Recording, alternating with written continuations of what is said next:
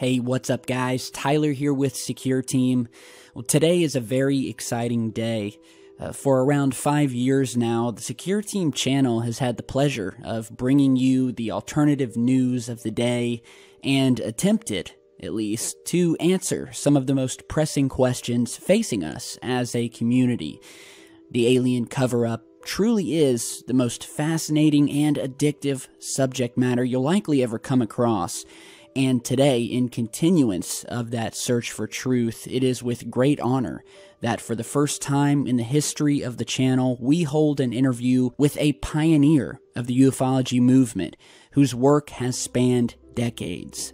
Today, we welcome the man, the myth, the legend, Dr. Stephen Greer. Thank you. I'm very pleased to be with you.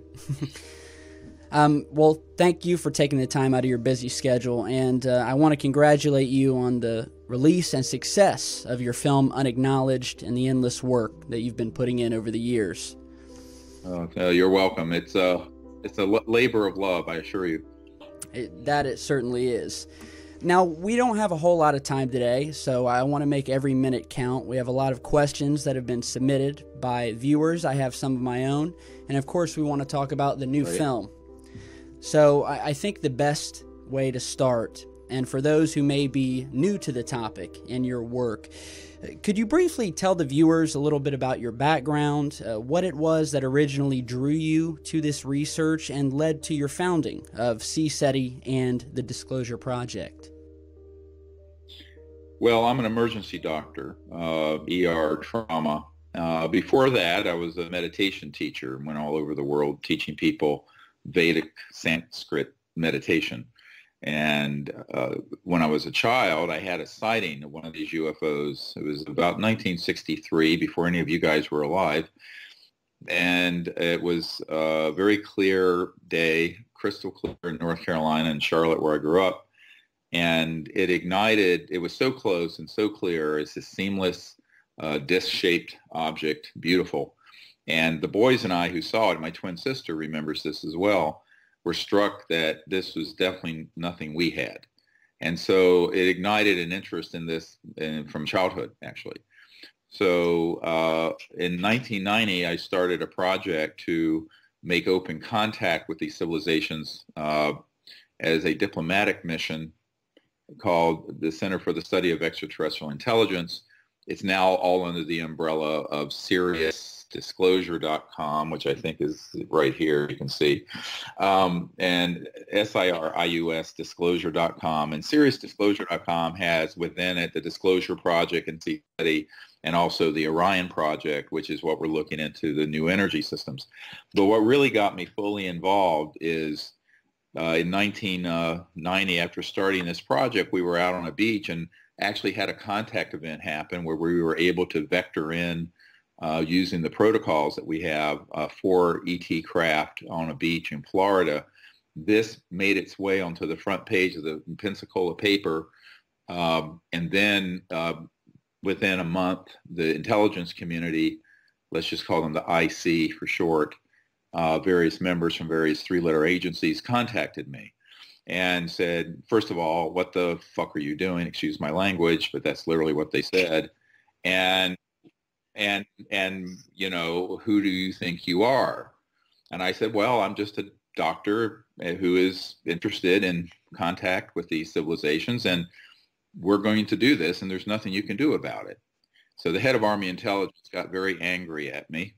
And this is when I began to realize that I'd hit a real nerve. So about a little over a year later, I was up in Washington being asked to brief the head of the CIA. And between 1992 and 1997, I realized that the president and the CIA director were being deliberately fooled on a lot of issues. And the biggest one is the UFO issue. They weren't getting the answers they were looking for. They were being lied to. There was a complete breakdown in our constitutional government. And I concluded that I was going to have to do something to fix this. So I started something called Project Starlight. Project Starlight was the early predecessor to the now known Global Disclosure Project movement.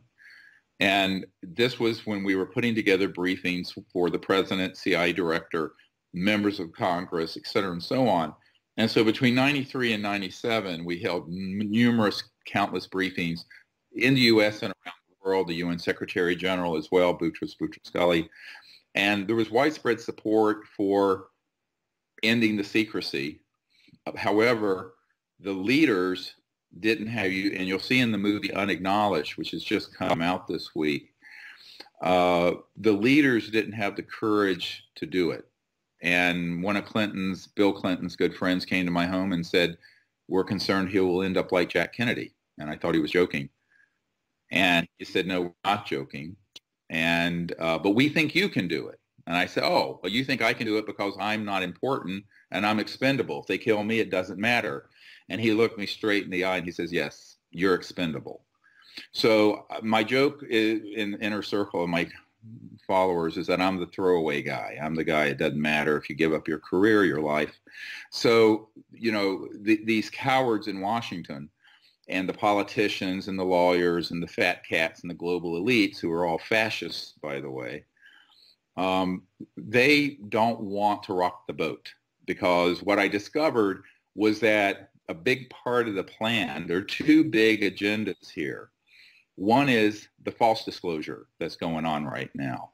And that's where people are putting out nonsensical information to scare people, to prepare the populace for interplanetary war. That's about 99%. That's 99% of ufology, I guarantee. 100%. I know it for a fact.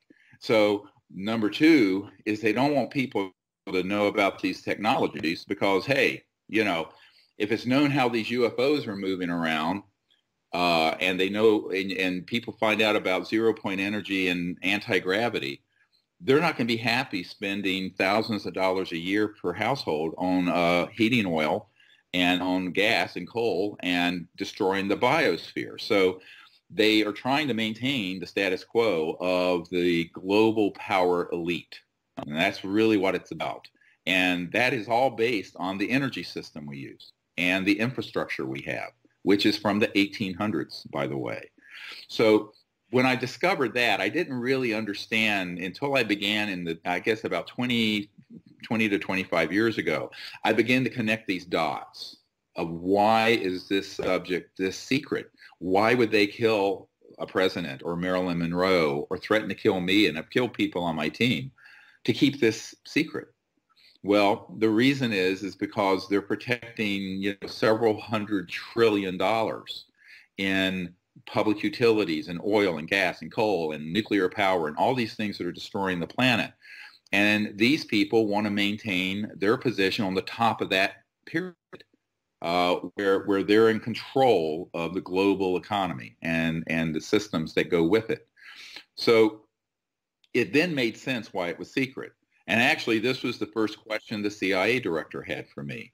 Why are they lying to me, the CIA director, and why are they lying to the president? And I said, well, sir, the reason they don't want you to know is that this president is disposed favorably to end the secrecy. But if he ends the secrecy, it throws a monkey wrench in their plans to squeeze as much out of the global economy as they can with the fossil fuel industries and the petrodollar system. And moreover, they have another plan, and that is they want to keep it secret until they can play the ultimate trump card, no pun intended, of a false alien invasion. And they've been getting their ducks in a row and building man-made UFOs for decades and staging things like abductions. By the way, I personally know many guys who've been on the squads who go around doing abductions. And of course, the ufologists, who for the most part, unfortunately, don't have any good sources in the intelligence community, think that these are being done by, quote, aliens. I go, yeah, they're aliens, but they're man-made aliens. And interestingly, we finally got one of these intelligence officers to go on the record in the film and in the book, Unacknowledged. And by the way, if you're interested in the subject, the book, which is this thing, this has about 10 times more information than the movie, which is now #1 on iTunes.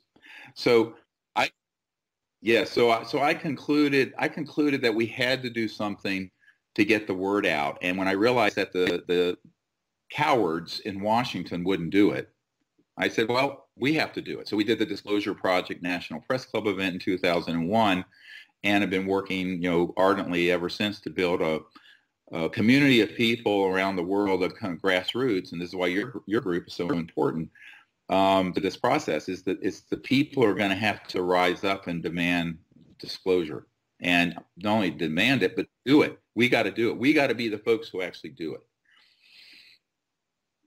So that's kind of that answer, believe it or not, to how all this has happened. That's what's brought us here to 2017. Right. So. Well, I don't pretend to, know half as much as you do. I don't have the experience. I was still in diapers when you were doing most of this stuff. But, Yep. Most of us out there, we're learning. We are trying to figure out the truth here. And in the 5 years that I've been running the channel, it's been an amazing thing to see the fact that we're reaching millions of people every week. We're getting 2,000 new subscribers a day, and a lot of these people are new to the subject. They have just become interested in it. And as you were talking earlier, I wanted to bring up that 2001 event. That was a very special year for you, because that was the date that you held the famous National Press Club event, the most watched National Press Club event ever, I might add, where you brought together what I could describe as a dream team of, military, intelligence, government, corporate, scientific witnesses who, by all counts, blew the lid off of the alien cover-up.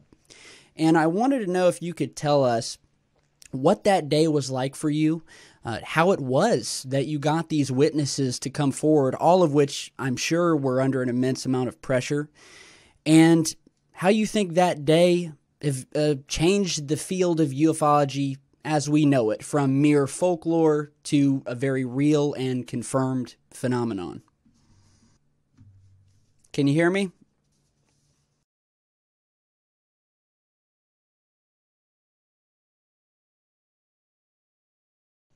Can you see me now? I'm not seeing you, but there we go.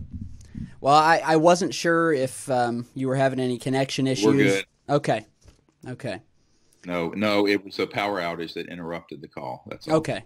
So we can continue. Okay. So we were speaking. So you were asking me what it was like, right?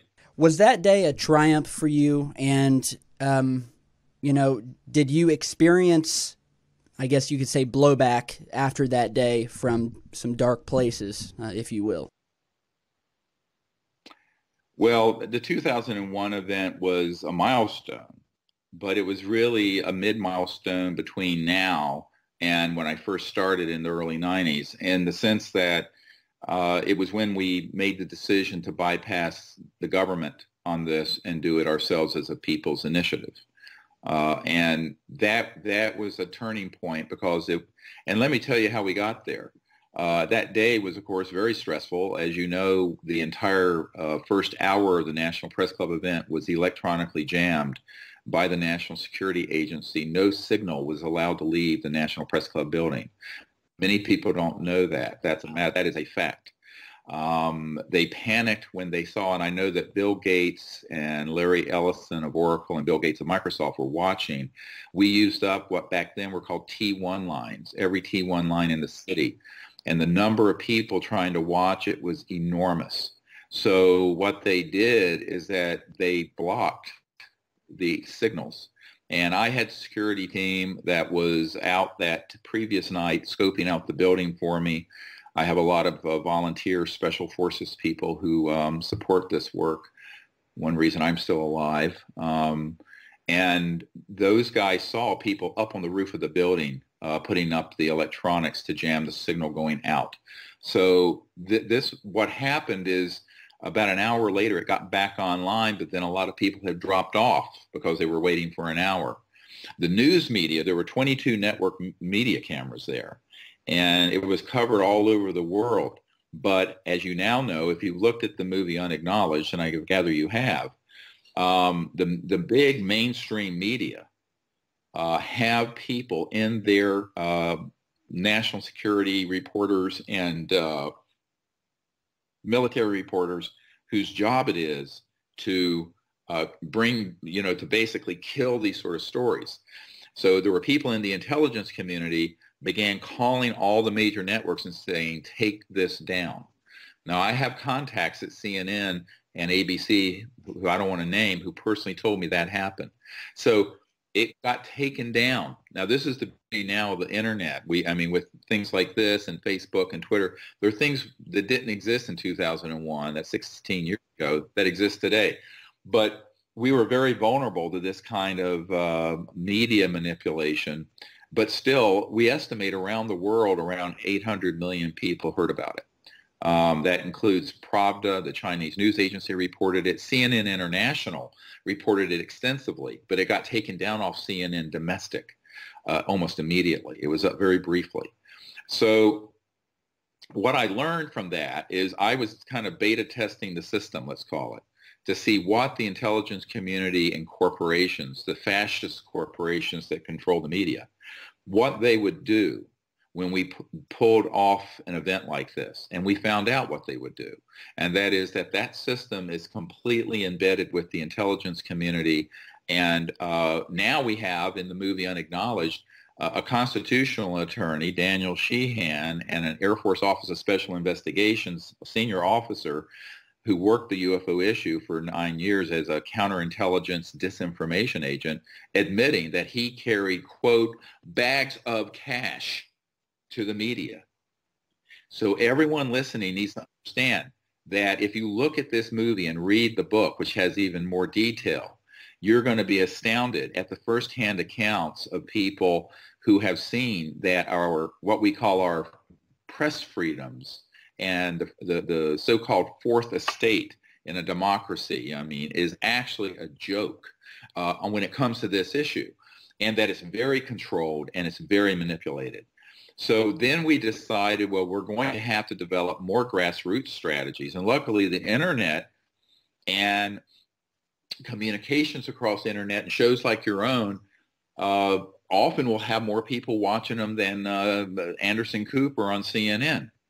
And so this is what we can do is just bypass those clowns until they end up saying no to their masters in the intelligence community. So that's one of the big lessons and big takeaways of the 2001 event. The other big takeaway, and I'm not going to go too far into this, but 4 months later, an event known as 9/11 happened. I'll just let that sit there. But all right. But in every step that we've taken, and this is a warning I'm giving to you today, where we have moved the disclosure ball closer to the goal, something catastrophic has happened to divert the attention of the public. I'll give you an example. Most people don't know this. In 1990, it was in the mid-90s, there was Bill Clinton had this scandal known as the Monica Lewinsky scandal that got him impeached. The day that a major New York paper was going to cover the disclosure projects, then called Project Starlight Initiative, with the president and the CIA director, was going to be a headline story. That was the day that Linda Tripp, who worked for the National Security Agency and Army Intelligence, and just happened to befriend Monica Lewinsky, broke the story of the affair Monica Lewinsky was having with the president, and that he had lied about it. That led to his impeachment. This is no coincidence. And that for years after that, the only story that would be in the media is this sort of nonsense about the president having an affair with an intern. That's all the media would cover. So then a few years later, we do the Disclosure Project. There are hundreds of thousands of people writing to members of Congress and congressmen saying, maybe we should hold a hearing on this. Bang. 9/11 happens. And now, here we are 16 years later. So as soon as we started launching this film, it's crowdfunding. And by the way, everyone listening who's contributed to this film, thank you. I mean, we would not have been able to do the book or the film without the support of the public, because I'm not working as a doctor anymore. I mean, personally, my family and I have given up around $12 million in our earnings and income to do this. But what I've told people is that when this began to get legs, you started seeing all kinds of disinformation things appear in the mainstream media about aliens. And then they started trotting out, one of my early students was a guy named Tom DeLonge, a Blink 182. He started talking about evil aliens. It turns out he's being fed disinformation from General McCaskill at the Wright-Patterson Air Force Base. This came out in the WikiLeaks hack of Hillary Clinton's campaign chairman. We start seeing all kinds of other things, like on Gaia TV, disinformation being put out there about alien slave ships and kidnappings and stuff. It's all absolutely scripted out of the CIA. I can tell you this for 100%. Not the people who are saying it. The people who are saying it are just gullible people. But they began to trot out what I knew was the false flag. And one of the things we're talking about in the movie is, how do you get war going? How do you get people on a war footing? You have to create an enemy. You know, Hitler did this, you know, by having the populace begin to hate the Jews. Well, the intelligence community has had a 50, 60-year project of either ridiculing the UFO and ET subject or presenting it as something that'd be a threat. Now, what I say to people is that, look, if you're able to go faster than the speed of light across the distances of interstellar space, there is nothing on this planet you need materially. And you certainly don't need anything biological here, because even in our laboratories, we can clone and do things that are mind-boggling. Never mind a civilization that's 100,000 or 1,000,000 years or more advanced than we are. So why are they here? What's going on? Well, they've been around since the beginning of human history. It's been well proven. In cave drawings 5,000 years old, there are pictures of UFOs with little ETs outside of them. What people don't realize is that when we started dropping atomic bombs in 1945, it was like us hitting a hornet's nest of concern cosmically, where people all over the cosmos went, what in the world's going on this planet? Because I believe that was the turning point in 1945 when they realized that humans had reached the point that we could destroy this entire planet, which perhaps has been in part supported by other civilizations over the millions of years. And that we could also become a threat to them, because within a few years after the hydrogen bomb, we start going into space with Sputnik and then the American space program. So I think that, you know, a lot of people get into this sort of insane paranoia about aliens. I don't even like that word, by the way. I use ET, because you say alien, people think it's someone who's come in from, you know, Mexico. But when you talk about ETs, if you talk about ETs or extraterrestrial biologicals, which is what they're called, ETBs or EBINs, extraterrestrial biological entities, these civilizations are so far advanced from us. There's nothing that is here that they need, but I think they're worried about our hostility. I think they're worried about the direction our civilization has been going for the last 70 years, because for the last 70 some years, we have been increasingly destroying our environment unnecessarily, because these free energy technologies, zero-point energy technologies, have been known for many decades. And we have done things to proliferate not only poisonous weapons of mass destruction, but also huge arsenals, thousands of thermonuclear weapons that, if they were launched, would destroy all life on Earth. So I think that they have a deep concern about that, and I think they see the great promise humanity has, because, you know, most humans, they just want to be happy and live their life and learn and grow and be creative. But you have a handful of sociopaths who actually are running the planet, and they're running the planet into the ground, and the ETs know this. Now, people say, well, why don't they just land on the White House lawn or something and fix it? I said, because that's not their job. It's our job. You know, humans have to fix this ourselves. And so the Disclosure Project and what we're doing with Unacknowledged, which comes from, by the way, people say, where did you come up with this name? I said, well, it's the first word in a classification of your secure team 10. Okay, they have their own terms. They have for projects that are so deep black that nobody knows of them who isn't in them. Those are called unacknowledged special access projects, or USAP. And I learned this in the 90s. There are people on my team who are members of these unacknowledged special access projects. And what that means is that if you're in an unacknowledged special access project, nobody outside of that silo, nobody outside of that compartment or is allowed to know anything about what you're doing, even the president, even the Congress, even the chairman of the Joint Chiefs of Staff. And one of my military advisors was in one USAP, unacknowledged special access project, that had $3 billion they were spending. $3 billion. That was one, just one. Now, what the public doesn't understand is that, you know, Donald Rumsfeld, the day before 9/11, said there's $2.3 trillion unaccounted for in the Department of Defense Pentagon budget.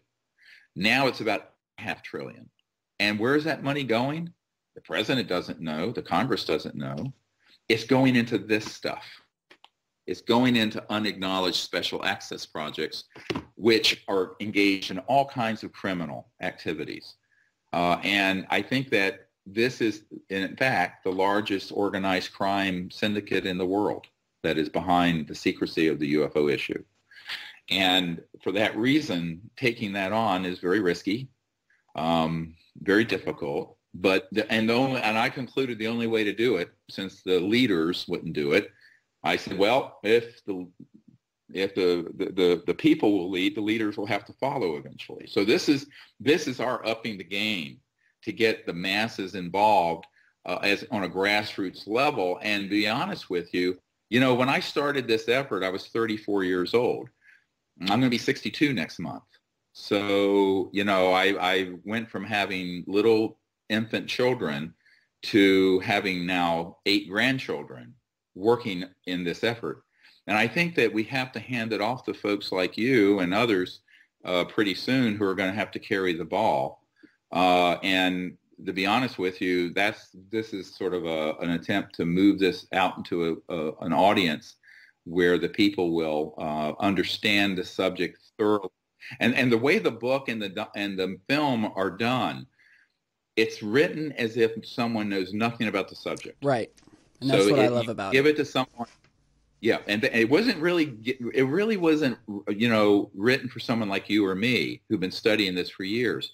It was really written, and the film was created, and the director, Michael Mazzola, and I did this very consciously, is that if you were to pop this, a DVD or a stream of this in a computer for someone who was reasonably open-minded but didn't really know anything about this subject, they go, wow, there is some really serious evidence here, because every single person in the book and in the film are military officers, intelligence officers, corporate people, government documents. It's all that material. So, you know, and then the quotes that we use in it are from everyone from the other presidents on down, like Jimmy Carter, who saw one of these UFOs and ran on a campaign to end UFO secrecy in 1976, I'm sure before you were born.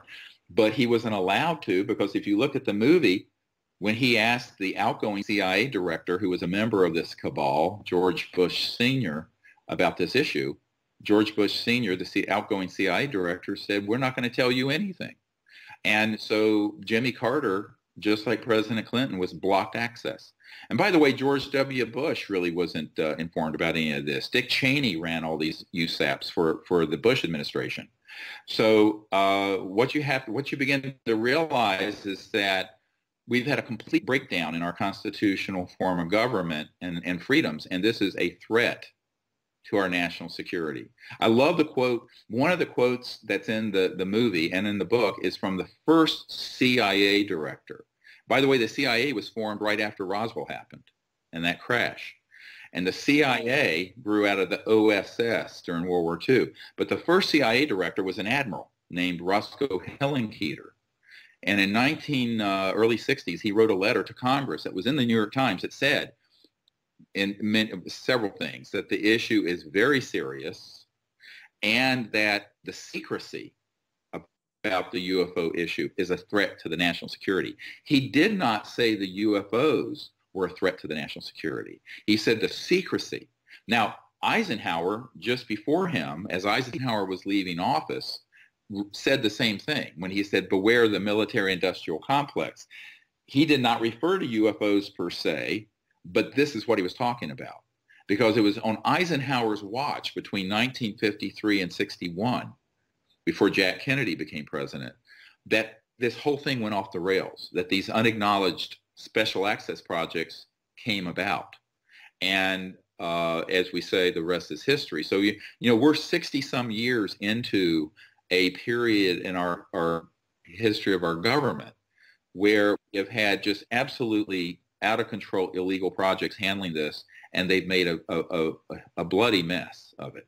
But the reason behind it are twofold. They want to keep the technologies away from the public. So you and I are, oh, gee, this is so high tech, we're using the internet. Well, it's being run off a fossil fuel power grid from the 1800s. Your car is 1888 Mercedes internal combustion engine. All right? The jet you fly on is from the 1930s and 40s. Rockets are from Wernher von Braun from 1942, 43. So what are we doing here? I mean, the whole planet is sort of retarded 100 years from where it should be. I mean, we're completely backward. We should have free energy and anti-gravity. All this stuff should have been out around the time I was born. So does this free energy tech, and I want to touch on a few things. Well, actually, first of all, I'd like to agree with you that I also thought it very strange when Tom DeLonge suddenly appeared in the mainstream media and is now being hailed, you know, as the UFO researcher of the year, is being given awards, and, you know, people are suddenly emailing me asking about him, and I said, look, I agree, there's a lot of fear mongering. Yeah, but I don't think he's conscious. Here's how slick the intelligence community is. They will recruit someone like him to reach millennials or X generation folks who is being used. I think Tom has stayed here at my home. I know him very well. I think he's being used by the intelligence community. That has happened over and over again. There are many people that I have introduced to this subject that they then see there's an opportunity to provide disinformation to the public through them, and they start getting fed disinformation. Now people say, well, how are you not being fed disinformation? I said, well, it's been tried, but I have very good methods and sources. So for example, when Richard Doty talks about the U.S. government staging abductions. I was just about to ask you about him. Yeah, they just said, oh, he's the only one who said that. I said, no, he's not. He's the only one willing to go on camera saying it.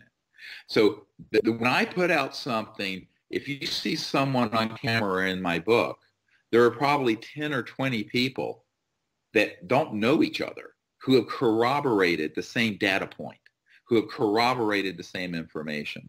And that's what I try to stick with. I try to stick with highly corroborated information.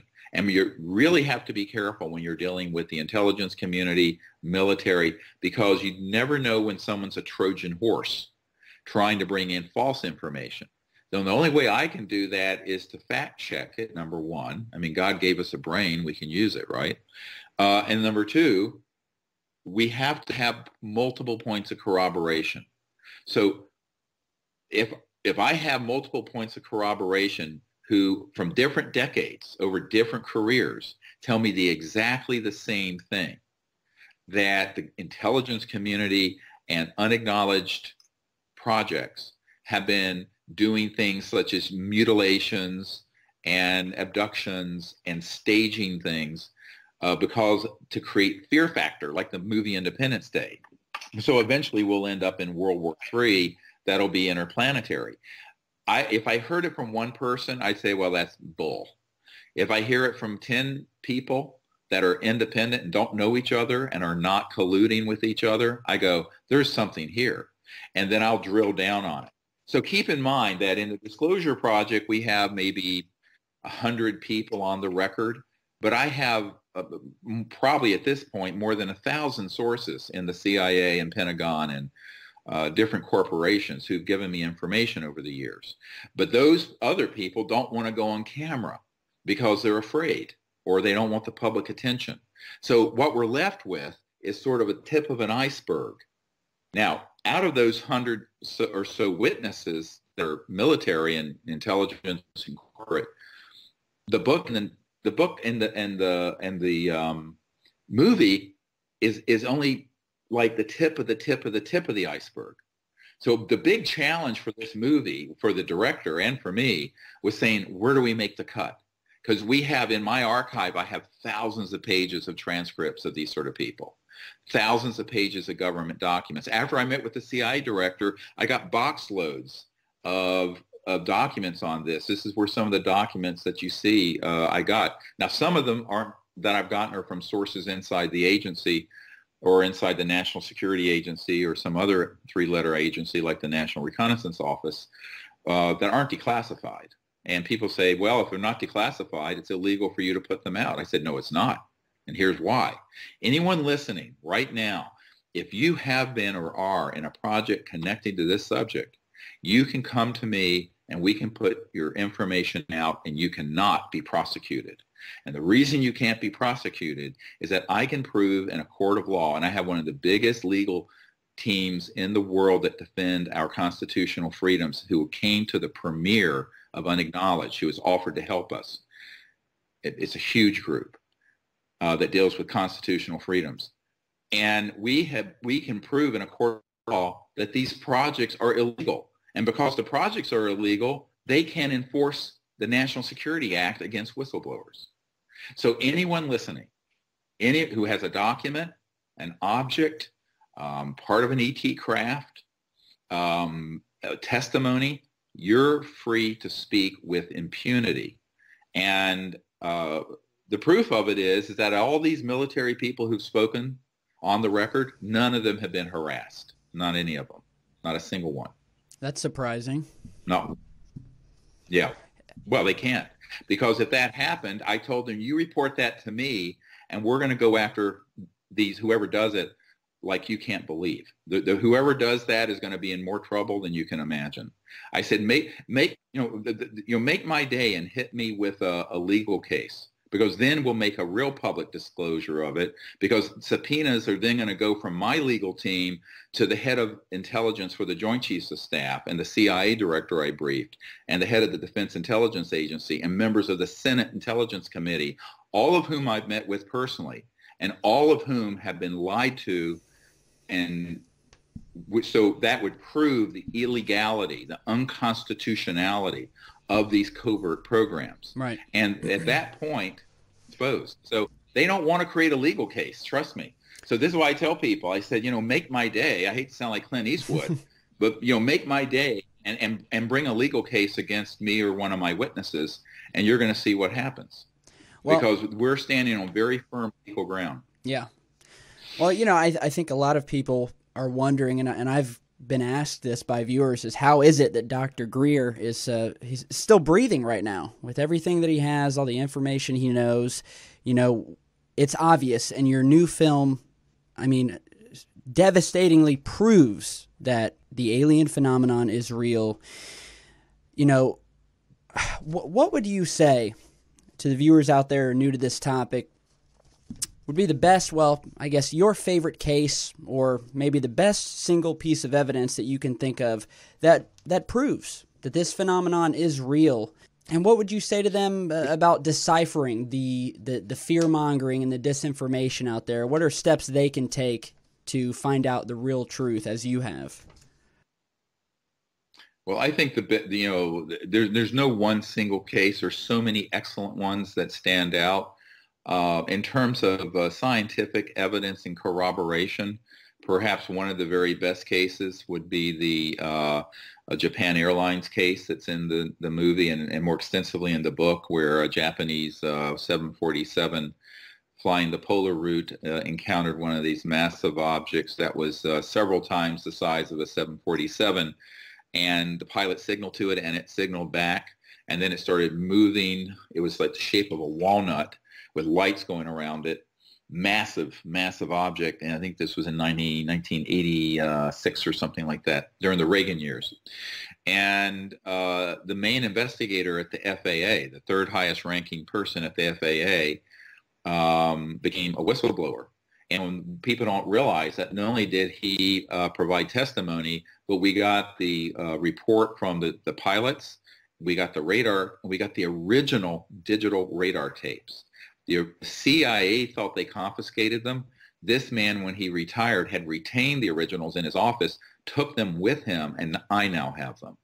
So this is dispositive proof of the object and of the witnesses on the ground at radar stations, in the air with onboard radar, and a high government official confirming it, and confirming how the cover-up happened, where there was a meeting and there were 3 people from the CIA, 3 from the FBI, and 3 from Ronald Reagan's Scientific Advisory Committee, who came to a meeting at the head of the FAA's office where this man presented all the evidence.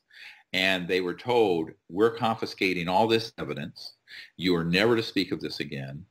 And this meeting never happened. Well, it turns out this man did speak about it years later as a Disclosure Project witnesses, but also brought with him the originals, because the CIA actually got copies. We got the originals. And I have many cases like that. So when you read the book and you see the rich detail of it and also look at the film, just remember there's a huge story behind every one of these. Another amazing case, which is mentioned very briefly in the book, in the film, is the little ET body. It appears to be extraterrestrial body, the Atacama body that we did the genetic research on at Stanford University.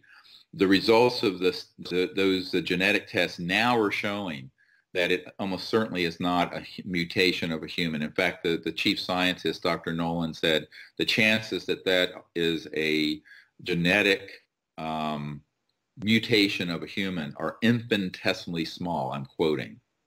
Now, I have held that body in my hands. It's a 6-year-old child that fits in the palm of my hand.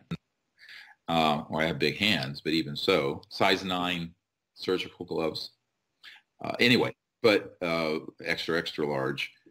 But it was interesting because when the film Sirius came out, this chief scientist at Stanford was reluctant to actually go that far because not all the genetic material was in. Now it's all been analyzed, and there's no question at all that this is not human. Now, we can't say it's extraterrestrial, but in all likelihood, it's either a part human, part Earth-based, and part extraterrestrial, or completely extraterrestrial. And it was found in the Atacama Desert, where there are a lot of UFOs been seen going in and out of the mountains there in that part of Chile. It's a really dry desert in Chile. It's the driest place on Earth, and that's where this specimen was found. So that's an amazing case because it's an actual physical body. Another amazing case is the landing of the ET craft at Rendlesham Forest, Bentwaters Air Force Base, that we have numerous official documents on, as well as the British Ministry of Defense, after we did the Disclosure Project, released the secret files that actually showed that there were changes in the soil radiation and composition from where this massive object sat down on the ground. And we have multiple corroborating military people who are on site who have provided us information on that. So, you know, in a way, we have so much evidence that the bigger issue becomes, you know, I always say this film and this book addresses really 3 big issues. What's the evidence? How is it being kept secret? And that's why unacknowledged special access projects are so key, because most people don't understand. How do you keep something secret? Well, first of all, it's kind of out there in plain sight, but the ongoing operations are all these unacknowledged special access projects that are being run illegally with billions of dollars of our taxpayer money, outrageously. And then the question is, what is the why? I mean, the hardest thing to answer is, why would it be kept secret? I know there are many skeptical people who say, well, this would be a great thing for the public to know. I say, yes, but you're not thinking it through. It'd be cool to know that we're not alone in the universe, but to know that they're actually here and that a covert program has figured out how they operate, You know, one of the most important government documents is from Canada, where this Wilbur Smith document that's in the movie and also in the book. I have the entire document in my book, where it says that it's a top secret document that I understand accidentally got declassified in the Canadian archives. And it states point blank that in the early 1950s, they were looking into how these ET craft operated and were figuring out their propulsion and energy systems. Well, guess what? That was like 1951 or 50. 1954, we had accomplished that. So a year before I was born, we figured out anti-gravity. So I'm going to be 62. To give you an idea, that's 63 years ago in October. This coming October will be 63 years that we have not needed surface roads. We have not needed cars, jets, or rockets. Mind-blowing. Okay. It is mind-blowing. So think about it. You know, it's almost like we're Neanderthals crawling around in the dustbin of oil and coal and soot and pollution and poverty, and it's all artificial. This secrecy is killing the planet and destroying millions of lives every day through pollution and poverty. It is unbelievable. And once people understand that, they realize, you know what, we need to do something about this. So that's what induced me to leave my medical career, when I realized that it wasn't just about, oh, well, there's ET out there, how interesting. You know, I realized, holy shit, we have an entire civilization that is going the way of the dinosaur here. Right. You know, we're in the middle of the biggest mass extinction in human history. And since the dinosaurs disappeared 65 million years ago, and it's 100% man-made. And we can fix that. We can reverse that, but we're running out of time. And so that's why I left my medical career. I realized that, in a sense, I could save people one person at a time in the emergency department who've been shot or stabbed or car wrecks or heart attacks. Or we can do something to fix this huge problem for the planet for 7 billion people. So it was a big, hard decision for me and my family to make. And my wife's an angel for putting up with it. But there aren't many doctors' wives who will let you leave your medical career as chairman of emergency medicine and do this stuff. I mean, a few years ago, our tax return. Our tax return a few years ago was $35,000 for a family of 6. So you know, that's the other thing. People have to understand the kind of sacrifice and work it takes to do something like this. You know, there's all these rumors out there. Oh, Greer's getting rich. I said, yeah, right. I said I'd have 10 or $12 million if I'd kept working as the chairman of emergency medicine at this busy ER.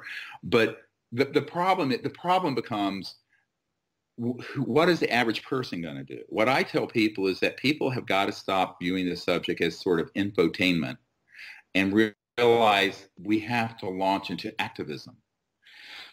What activism is, the first thing you can do is get the book and get the movie, and then the part of the proceeds that'll come to our disclosure effort can then build up an energy lab. You know, why don't we bring out these technologies ourselves? We don't have the funding. Right. So, and people think you're going to do something like this. You know, look, every week there's a new billion-dollar unicorn company being started in Silicon Valley for some stupid app, to measure your boobs or something. This is something that if we had just a little bit of funding, and by a little bit, I mean in the terms of research and development funding, we could have a laboratory stood up and probably in a year to 2 years have a free energy device out for the public that would get us off oil. Now, you would think that some very wealthy people would want to do that, but they don't want to be put in the crosshairs of funding it by themselves. But 1 million people listening to your show, each going to SeriousDisclosure.com and putting in $5 or $10 in donations, that would do it. And so the question becomes, why isn't that happening? And I think it's because people don't understand that what we're trying to do isn't just disclosing that the ETs are here. We're trying to build the foundation for bringing out the new civilization that can be built on that disclosure. Right. That is a big distinction. And that's really what we're trying to do. Right. Because, more than half the public already believe that UFOs are real and the government's hiding something. But what I'm trying to do is to explain to the public how it's being kept secret and why. And when people understand the why, then they're going to go, wow, if we could organize ourselves and create a movement that was supported properly with enough research and development, we'd be able to bring these technologies out and just bypass Lockheed Martin, right, and bypass the CIA and bypass the government. And that's something I've been asking for a number of years. I'm hoping that we can launch enough support globally around the film and the book that people then begins to connect the dots. And a lot of the social media things I've been reading and the IMDb reviews, people are saying, wow, this finally connects all these dots. Right. Of what is the evidence, how is it being kept secret, why is it being kept secret? And when people get to that part of the movie called the lost century, this lost century of evolution on Earth, they realize, wow, that makes sense. This is why a bunch of sociopathic oligarchs and global elites would want to keep this secret, because goodbye J.P. Morgan Chase petrodollar banking, goodbye oil. People who are holding trillions of dollars worth of commodities in oil and gas and coal, those all become worthless the instant the truth about this is truly understood. And you know what? We begin a new civilization on Earth. We go into a post-carbon civilization that will be high-tech, no pollution, and no poverty. Average work week will drop to 10 to 15 hours a week, maybe at the most 20. And we'll have a civilization of unbelievable abundance.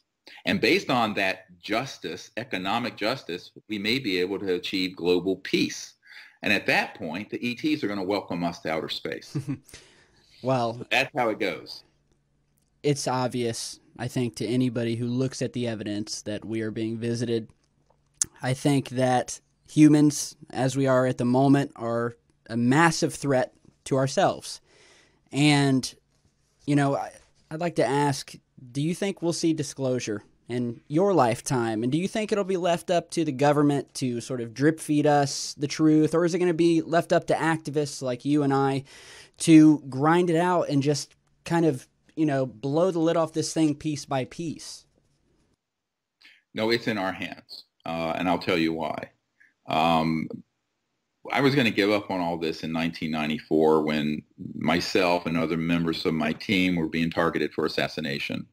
And as you probably know, I almost died of metastatic malignant melanoma, and 2 other members of my team had suspicious electronically induced cancers around the same time. And I had a guy from the CIA come and say, you can't give up, because somebody on the outside, which would be me, needs to do this, because no one on the inside wants to take the risk. And those people who have tried to defect, who are in the ruling committee, like CIA Director Bill Colby, who was an old CIA director who was going to give us one of these free energy devices and funding, about, not a lot, but about $50 million in seed funding to get it out to the world. It would have started a global effort of disseminating the technology.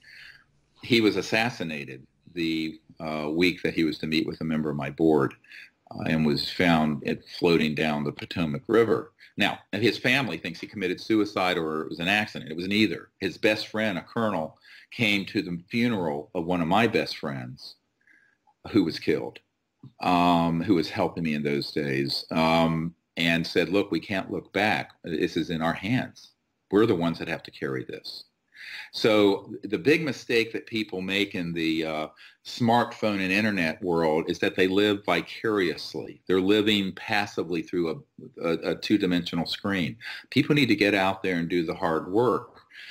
And I know that sounds terribly anachronistic and old-fashioned, but the truth is that if we come together as a people, we can do it. So the first step, we have to get educated, we have to get organized, we have to get funded, because you're not going to start a high-tech research and development lab with a few $1,000s. You need several tens of millions of dollars to do that. Go ask any scientist or research team. I mean, hell, every little pill you take as a pharmaceutical costs upwards of $1 billion to develop and get through the system. So the government's not going to fund that. The corporations that are feeding off the system aren't going to fund it. We individuals, however, can. So I think it's up to us. I think this is the big experiment in democracy that's happening. Are we going to sit by passively and wait for the government to do it, or are we going to make it happen? Now, when we reach a certain point, and we're hoping unacknowledged becomes this tipping point, officialdom will have to respond. Right. They'll have to, because there'll be too many people who say, what the hell is going on? However, at that point, you have to be careful, because that's when they may hit the button and launch the false flag. And the false flag would be like, gee, Saddam Hussein has weapons of mass destruction. Let's spend $1 trillion and kill hundreds of thousands of Iraqis and thousands of our own sons and daughters going into Iraq, when it was totally a hoax. Right. Or Vietnam. In my generation, 58,000 Americans killed and millions of Southeast Asians. Gulf of Tonkin. You know how that, the Gulf of Tonkin. Most people don't know their history, but we actually staged and hoaxed and exaggerated an attack on our naval vessels in the Gulf of Tonkin, which caused such an outcry in the U.S. population and in Congress that President Johnson was virtually forced to expand exponentially the Vietnam War, which was a catastrophe. So we have to be alert. The public, this book and also the film is sort of like a cosmic Paul Revere warning people, not only is this true, but here's something coming that they're planning. Now, I have personally met with people who will not go on the record. And I will tell you one of the most astonishing things that happened. In 1997, we had a closed briefing for members of Congress in Washington that I headed up and organized. One of the witnesses who was to speak to the members of Congress the following night after we gathered was a man who had worked for multiple agencies, three-letter agencies, senior, who had been part of the what's called false indications and warnings, or false flag operations related to UFOs. Doty in the book, in the movie and in the book, acknowledges its existence, but then backs off and says, I can't talk about that. It's too secret. It's too secret. You can see the panic in his eyes. Now, the way I asked that question was that I used the correct military parlance, language, lexicon. And I said, are you aware of the deceptive indications and warnings related to this issue, which is a false flag? Pop culture would be false flag. Now, I've spent 25 years learning how to do military and intelligence speak on this. And so he knew I knew what I was talking about. But the reason I asked that question was because multiple people in the intelligence community and in the military unacknowledged world have told me personally that there is such a plan. And this one man who was at the 1997 briefing said, we can hit a button and we can launch events that everyone on planet Earth will think is an alien attack, like Independence Day. Everyone will think it's alien from the president on down, and we can stampede the world into a collective panic that enables the military to take over the world. And I said, how long has this been operational? He says, I was read into it and was on the committee, the interagency committee coordinating these events in 1974. All right, now that's 43 years ago.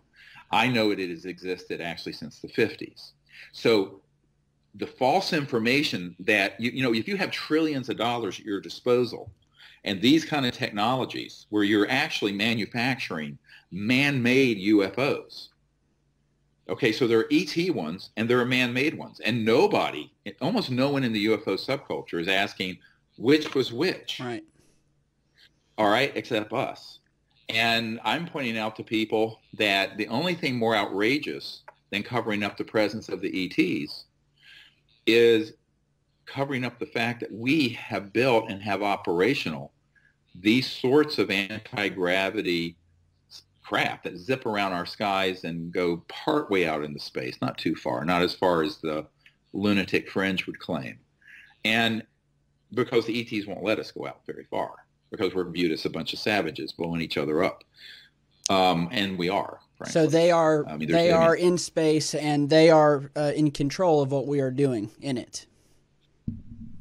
No, they're not in control. There's sort of a prime directive. Right. One of them is you don't interfere with the society too much. The other is that no civilization is allowed to go too far out of its orbit until it becomes peaceful. And if it does, try to, it's tossed back like a bad penny. Right. The reason for that is that there are entire planets out there that have never had a war on that planet and don't understand the concept of murder.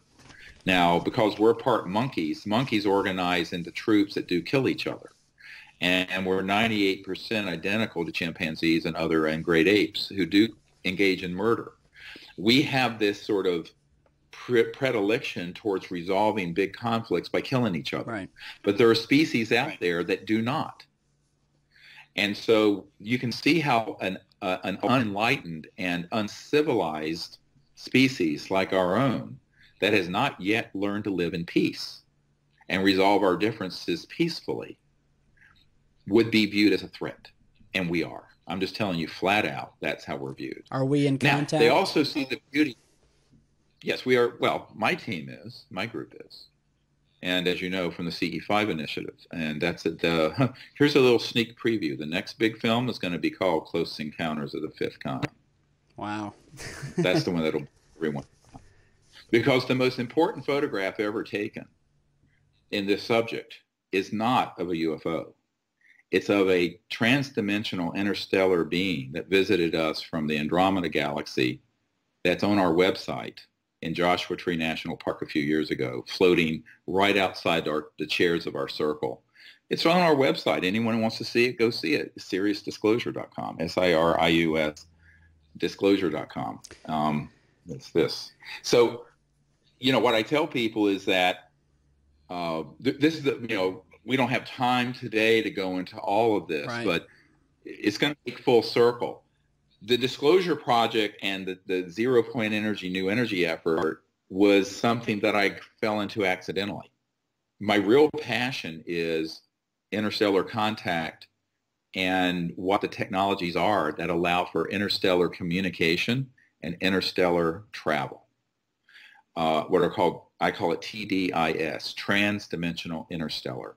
So that's going to be really the focus of the next film. This one is something that would bring everyone up to speed so they at least understand the what and the how and the why. Mm-hmm. What the evidence is, how it's kept secret, and why it's kept secret. The next one's going to be, now let's look at what we can really do that's fun. We can bring out these technologies and begin a new civilization. That doesn't answer the larger question. How do we develop the relationship between humans and human consciousness and these extraterrestrial civilizations and their consciousness? And how do we then become an interplanetary civilization?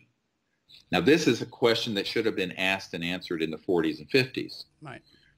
If we had had wise people and not sociopathic warmongers like Douglas MacArthur running this project, this covert program. There's a quote in the film where it says, the next war will be interplanetary.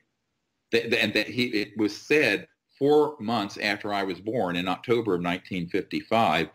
General Douglas MacArthur stated this as a matter of fact. And that is the game plan they've been playing ever since. And so the UFO subculture, including people like Tom DeLonge and all these people appearing on Gaia TV and what have you, are people who are taking disinformation that is scripted by the intelligence community, designed to scare the shit out of people. Excuse my French, but we're not on broadcast TV here. And that has been designed for one purpose, for people to be afraid of aliens. So I don't like the word alien. It has a spooky title to it. I like the word Well, have you attempted to try to talk to Mr. DeLonge and these other people on Gaia and let them know what the deal is? Oh, they absolutely know what our view is. I'm not a shy person. Right. And for people who want to hear more of this, if you're going to be at Contact in the Desert in Joshua Tree, California, I'm going to be doing a 2-hour workshop there on May, forget what it is, 20th, 21st. And then we're going to do a 4-hour event out under the stars that night. And all that information is on my website. You might want to put it up for your folks to see. So that's going on in, just a few days, a week and a half.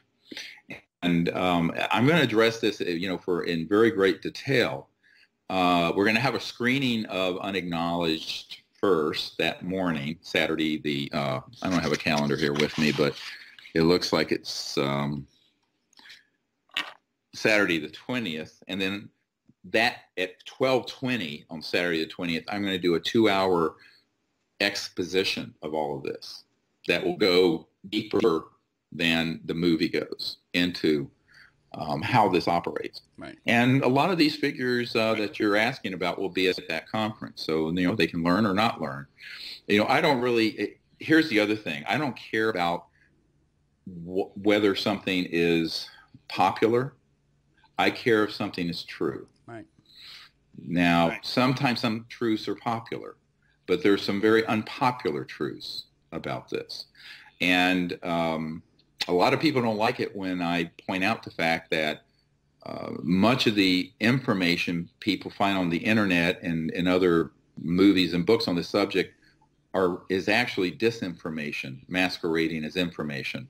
Now, most of the people, let me say this in everyone's defense, most of the people who are purveyors of disinformation don't know that they are. Right. Because the best disinformation is proffered sincerely. The person sincerely believes what they're saying. And in the case of General McCaskill feeding all this stuff to Tom DeLonge, he thinks McCaskill, I'm sure they were very skilled in psychological techniques, gained his trust, et cetera, and so on. The same is true of people like Bill Tompkin and others. So I think people like that sincerely believe what they're saying. They just don't understand that there has been this 60-some year agenda to create fear, and the fear factor, let's call it this fear factor of all things alien, is the foundation for the big agenda of who do we go out into space with and fight. Because as one of my military advisors said, if peace were to break out on Earth and in space, it'd be a disaster for the military-industrial complex. How are you going to justify trillions of dollars a year being spent if there's nobody to fight? Right. There's no big enemies. And we always need someone to fight. This is Obama's CIA director publicly stated, Leon Panetta, that we provided a briefing to, that we were spending $110 billion a year chasing 70 al-Qaeda members in the desert in Afghanistan, 7-0. So at a certain point, you have to step back and go, wait a minute, who's benefiting from this nonsense? The military, industrial, intelligence, corporate complex. And it's one of the biggest industries on earth. And keeping this secret benefits their fellow board members at oil, companies and public utilities and coal and what have you. So I tell people that, big money, we're not talking billions, we're talking trillions. Right. Trillions is where it's at, man. And, and no one notices anything that doesn't have the T word in it. And this is the issue that involves trillions of dollars in assets and commodities.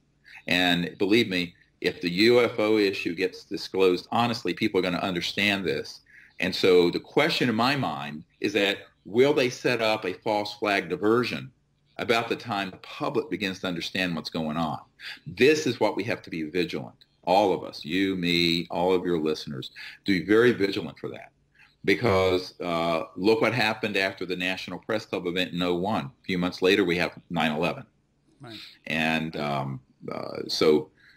there's a member of my team who's passed away, so I can speak of this now, who was the highest ranking scientist at the Naval Research Labs, the great big, it's the biggest defense lab in the country. It's there in Washington. Thomas Edison started it. And this is a man who worked on a lot of these projects and introduced a lot of folks to me. And he was at my home here out near the University of Virginia a few years ago, and he told me about being in Vice President Cheney's office and seeing the plans for 9/11 prior to its happening. But that if he were told of this, if he were to speak of it, that they would have killed him, his wife, his children, and his grandchildren. So I could not get him to go on the record. Wow. But and he has since passed away of prostate cancer. But people need to understand that there's a story behind the story behind the story, and remember that civilizations that are interstellar, there's nothing on this planet they need except our peace and cooperation. And people who want to create fear and a warmongering drumbeat of horrifying images and narratives, they're maybe very sincere in what they're saying, but they're sincerely wrong. And on the other hand, we do know, and we have now testimony from an Air Force intelligence officer, that the intelligence community has in fact staged and hoaxed human events to make them look alien. Now, another big one, and I'll put this is something your listeners want to put this in their pipe and smoke it, as we used to say. And I don't mean pot; I just mean tobacco. I don't care if you do pot either. But here's the deal with that. In I believe it was the 80s, there was an event called the Cash Landrum crash. Right. All right. So those of you, this is in the book, firsthand. A lot of people don't realize that this Air Force intelligence officer was the principal investigator of that event, the principal for the Air Force. That craft that crashed was, and I want to be clear on this because people are going to mix this up, it was a manned UFO, manned with humans, that had a man-made energy and propulsion energy system in it. But the craft itself was an ET craft that we had captured, the skin of the craft. Mm-hmm. But the propulsion system was, they couldn't get the ET energy propulsion system to work properly, so they put in a man-made one that was nuclear. It had a malfunction and a filtering problem, and it had a breach, and it started spewing. It was crashing. Went over this area, I believe outside Houston, mm-hmm. Texas, and it was spewing radioactive material. And these women and other people were very severely radiated. Now, that was, they were happy for the UFO subculture to think that was an ET craft that crashed. In reality, it was a manned by U.S. Air Force personnel craft that crashed using a man-made energy and propulsion system, but the airform, let's call it, the craft itself, but not the energy system, was apparently of ET origin that they were trying to get to work. And they had malfunction. And that's why when it was going down, it was accompanied by military helicopters, right, as it was going down. Now, those people were never compensated for their injuries. And when they tried to get compensated by the government, this is an unacknowledged project, right, said, no such project exists. We don't owe you anything. So these poor people suffered serious radiation poisoning. And now we have an Air Force insider who was the principal investigator of the crash on the record, on videotape, admitting that the government was liable for that. Wow. All right. If there are any lawyers listening, here is a $1 billion injury suit against the government that would blow disclosure wide open, what I've just said. See, everyone has to connect the dots here. It's an amazing revelation. It's a huge okay, so the whole movie is chock full of this. The book has 10 times more. Now, I understand 90% of people don't read anymore if it's not 142 characters on Twitter or on BoobTube. I'm sorry, YouTube. Was it BoobTube or YouTube? It's YouTube. I'm just kidding. I have my own radio show with my scathing commentary on our culture and our technology. But for people who read, and there are some people who still read, I think it's very important to get the book or the ebook. It's an ebook also, and drill down on these cases because the detail is so rich. And when you begin to meditate or contemplate, what's the implication of what this testimony is? First of all, we do have hybrid craft that we've been working on that are part ET that we've captured and part man-made. We do have man-made UFOs as well that are anti-gravity. We have fully ET craft that we've captured and killed the ETs. They're all in morgues. I have a man on my team who used to be in one of the underground morgues where all these ET bodies are stored, or many of them are stored near Fort Huachuca underground, or Army Intelligence Headquarters in Arizona. But in many cases, there are UFO events that happen that are completely man-made that people take to be alien. Right. So now there are other things that are purely ET.